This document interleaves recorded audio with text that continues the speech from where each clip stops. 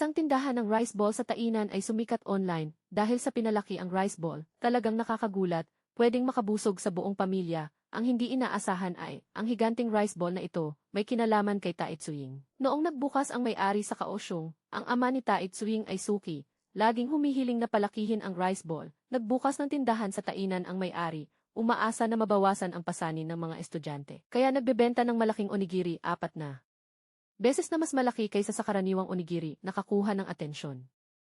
Isang mixed rice ball po, dagdagan ng Tinanggap ng may-ari ang order. Pagkatalikod niya, naipatag na agad ang malagkit na bigas, isa-isang idinagdag ang 10 klase ng sangkap. Napakalaki kapag binalot, hindi kayang hawakan ng isang kamay.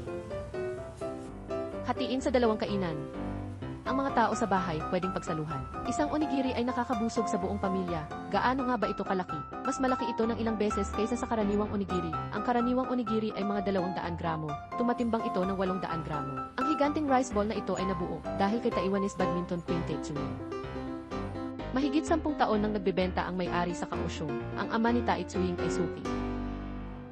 Bumibili ang ama ni Tait Suing, lagi niyang pinapagawa ng extra large kasi lagi siyang kumakain ng malaki. Pagkatapos magbukas ng tindahan sa Tainan, naalala ang hirap sa pag-aaral, may paaralan malapit sa tindahan, gusto niyang bawasan ang pasanin ng mga estudyante, dagdag lang ng $10, sagad na sa dami ang serve. Noon, nahirapan ako, gusto ko lang magpasalamat, kasi gusto ko lang silang matulungan kahit kaunti.